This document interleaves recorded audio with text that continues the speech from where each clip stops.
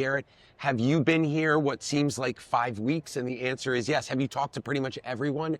The answer is also yes, but I leave one of the best for last. Kelly Mae Volmar, she works for Desert Sands Public Unified School District. USD. Yes, you never know. USD, right? Our listeners and viewers about your role there. Well, absolutely. So I'm very proud to be the superintendent of Desert Sands. I actually was the CTO, though, before I was the superintendent, so a little bit of a unique route getting there.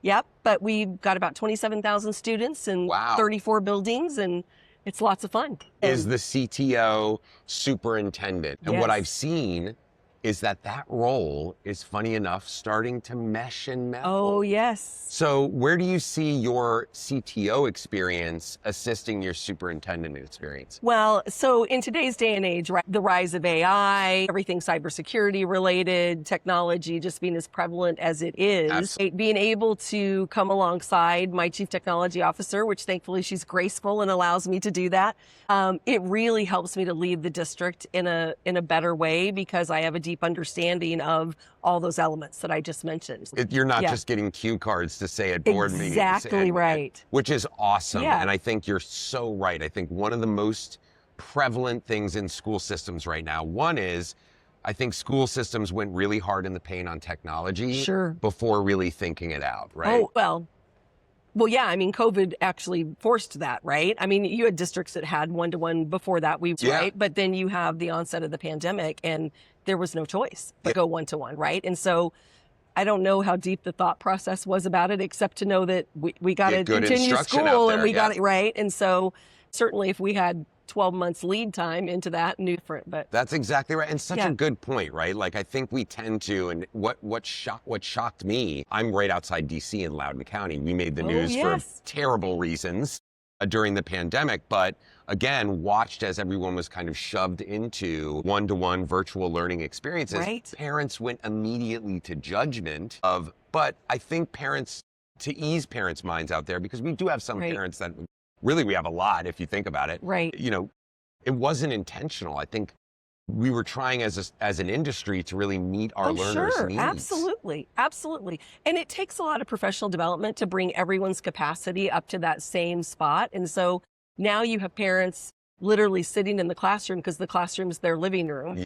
Right, able to experience it all. And I think what's really important, because I think it plays into what we're experiencing even today, is there was a lot going on besides just what you're describing, right? Is the technology and the instruction. There was fear because of the pandemic. People were stressed because now all of a sudden their normal work schedule, everything was thrown up. Kids were at home. They weren't at school. Who's going to watch it, right? There's so many emotional elements that went into that none of us, when we've got those things in place, respond with the best of ourselves. It's a lot of reactivity. It's a lot of reactivity. Yeah, and no time to be proactive. Your thoughts around locality and industry and a child's success as a learner. So when you say locality, like where they're at, where the school district is, it's interesting. So, you know, I think being here at COSIN, right, and I'm on the board of COSIN too, so I get to make a lot of great friends with a lot of people all over the U.S. And so certainly if you're looking at something like Desert Sands, where we're sitting with 27,000 kids versus a rural school district, right, there are less resources, but I would say I've seen some of the most innovative things come out of places where there are fewer resources, right? And really stellar teaching and great opportunities for kids. So I don't know that it makes you do the work different, but I don't know that it necessarily means kids get less of an opportunity. Such a good, and thank you for saying that. It's almost like we had this all planned out before, but I promise you we did not. We did not. I think that, you know, in an ever iterating, ever changing field of technology, and how important right now technology, even on the back end, right, with learners and school systems plays, how do you keep up on everything? Oh my goodness. You know what, that's such a great question, because it's really challenging. And so that's where you mentioned earlier, the CTO and the superintendent having both of those experiences. I really feel for my superintendent friends across the nation and just education in general, because we tend to have an advancement in technology, right? And it shows up and it's like everyone needs to get on board, but there's almost a pause moment afterwards where we can catch up before the next thing comes. That's exactly right. We do not live in that world anymore. There's no catch up. And so everyone's looking around for the pause button and there's no pause button.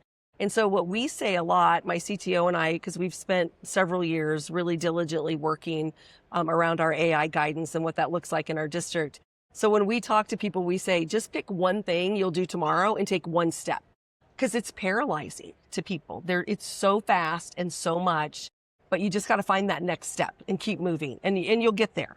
But, and the more you dive into it, the scarier it gets, right? Well, sure, yeah. You know, like the deeper you dive into cybersecurity and understand how sophisticated these attackers are. Oh, absolutely. You have to really, like you said, take a chunk at a time. But what I would say is that I feel like we're starting to have the right conversations. I think so too. I've done this now. Now, mind you, I come from the private school industry. My day job is I own a preschool brand. I take the same philosophy of little chunks at a time, little bit of understanding at a time, and most importantly, surrounding yourself with the people that truly know this. Yes.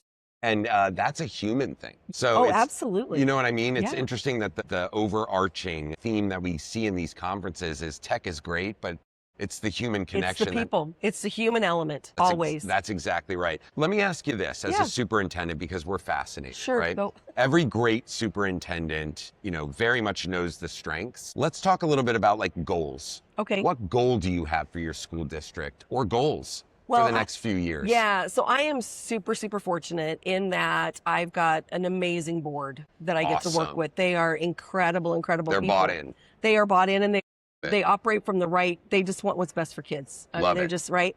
So they all come at it a little bit differently sometimes, but at the end of the day, they want what's best for kids. So get out of the way a little bit? Do they get out of the way? When they need to? They do. It's great. Love They're it. amazing, and they're so supportive. Every year we sit down and we set 3 board priorities. In the midst of all the work that we have to do, what are the things we're really, really going to push the needle on, right? So we've been working on early literacy really intensively for a few years. So we just last year moved that from just a focus on early literacy to academic proficiency overall, right? Because we got to focus on math as well. Oh my goodness, yes. Yeah, doing some heavy lifting there. So academic proficiency is one of them. Being future ready, which in the previous years had been college and career ready, but with our work with AI, we tweaked that one a little bit, right? To really clearly encompass that AI work that we're doing as well.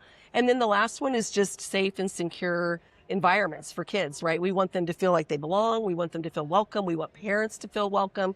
So just really paying attention to that cultural element that is part of education and making sure that kids feel safe and feel welcome. So cool. And Kelly, the last thing I'll ask you is AI. Yes. If I hear AI one more time, I made the joke talking with somebody else, like armadillo intelligence. Right. Tell me all about that. What is that? No. Because nobody's talking about AI. Right. That's exactly right. So if you were to give AI a job role for your school district, right? Yes. Okay. Like what would be some key functions? What position do you put AI in? Okay, that's a really great question. So I will say, and we mentioned this a little bit earlier, that human element, right? Yeah. So our entire approach to AI, we didn't even adopt a tool until just a few months ago, because for us, it's not about the tool, because the tools are going to change and morph all the time. So our entire guidance is about the human element. And so we talk about the human, AI, then the human, right? Yes, input, output. Yeah, so we developed this framework. It's a RISE framework: respect, integrity, support, empathy. And we, every week in class, give a scenario about, here's what's going on. Should you or should you not use AI? And then we have these deep conversations going through questions about each of those elements of the framework, so that we're teaching the kids who they need to be as the human when they interact with AI. That's more important to us than the tool. I have to say, because we talk with a lot of school districts, we work with a lot of school districts across the country. So cool. And my then response to that is, are you then bringing that to other school districts? So here, you know what? I'm so glad that you asked that. So so we share about it a lot at conferences, but we very intentionally on our website, we've got our AI guidance document that anybody can access. It's not behind a wall for just staff. It's open to the public. And then we took and created a toolkit for other school districts. If they wanted to replicate any part of our process, it's all laid out for them. So they can take it, tweak it a little bit, make it their own, but they don't have to start from scratch. I can't tell you, Kelly, how amazing that is, because our organization is centered around the humanization of education. And to hear that your school district has embraced that as the metastructure of adopting AI is beautiful. That you don't have an ego about it. Right? You're willing to share on it. Yeah, absolutely. I mean, we're all in this together. And that's what I love about CoSN is you're surrounding yourself with the brightest and the best people. And so I just steal ideas all the time. I don't have to reinvent anything, right? I can tweak it a little bit. The best leaders do exactly that. Exactly, so, Kelly, thank you so much. It's been an absolute pleasure. And I'm serious. I don't just say this on camera. Well, thank you. Absolute pleasure talking with you. We'd love to connect down the road and see how we could work together. That'd be great. A lot of the work we do, I think, can help a lot of the work that you do. Nice. And yeah, if they want to find you and the work that you're doing around, a million things, but more so how to keep a school system prepared for the future, where do they find you? So 2 places you can look. Our website is a great place, dsusd.us. We'll put that down here. Yep. Or you can follow me on LinkedIn, DSUSD_innovate. Yep. That's my handle. Well, you're certainly innovating. Thank you again so much. And from COSN 2026, Kelly closes us out. I can't imagine a better guest to do so. We'll see you at the next COSN and a million other events very soon. Have a good one, guys. Bye.